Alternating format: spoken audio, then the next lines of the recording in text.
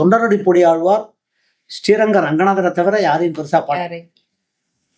அவர் சொல்றாரு, அமரவோர் அங்கம் மாறும் வேதமோர் 4 மோதி தமர்களில் தலைவராய சாதி அந்தணர்களின் நுமர்களை பழிப்பாராகி நொடிப்பது ஓரளவில் ஆங்கே அவர்கள் தான் புலையர் போலும் அரங்கமா நகருளானே. இது ஒரு சாதாரணமான தெரியும் வெளியில பாசுறாங்க. என்ன சொல்றாரு, 4 வகை வேதங்கள், வேதத்தில் உட்புறன 6 அங்கங்கள் எல்லாம் படிச்ச முதல்நிலை பிராமணராக நீ கருதினாலும் நீ இருந்தாலும் மற்ற இனத்தவரை பார்த்து நீ பழித்தால் நீ ஒரு மாதிரி தாழ்வு மனப்பான்மை, இந்த கம்பாரிசன் காம்பளத்துல பார்த்தா நீ சரணாகதிக்கு லாய்க்கு இல்ல, நீ எதுக்கு லாய்க்கு இல்ல, நீ எதுக்குமே தகுதி இல்லைன்ட்ட. அமரவோர் அங்கம் மாறும் வேதமோர் 4 மோதி தமர்களில் தலைவராய சாதி அந்தணர்களும் நுமர்களை பழிப்பாராக முடிப்போதரவில் ஆங்கே அவர்கள் தான் புலையர் போலும் அரங்கமா நகருளானே.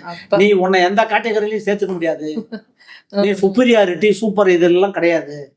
நீ இந்த பாசுரத்திலிருந்து தான் உயிர்களில் பேதம் இல்லை. அந்த தொண்டரடி பொடிவாளுடைய பாசுரம் என்ன சொல்றதுன்னா, உயிர்களில் பேதம் இல்லைன்னு அங்கிருந்தா ராமானுஜர் எடுத்தார். நீ இப்ப எவ்வளவு வேணா படிச்சிருக்கலாம், நீ பெரிய ஆதிக்க ஜாதி, பெரிய அப்பர் காஸ்ட், மனசுதான் அப்பர் லோயர் இருக்குடா. என்கிட்ட என் ஃப்ரெண்டு ஒருத்தர் சொன்னாரு, எல்லாத்துலயும் உயர்ந்தவராக இருந்தாலும் தான் அவர் அப்பர், நம்ம எல்லாம் லோயர் அப்படின்னாரு. கிளாஸா இருந்தது. இந்த மாதிரி மனம் தான் காரணம்.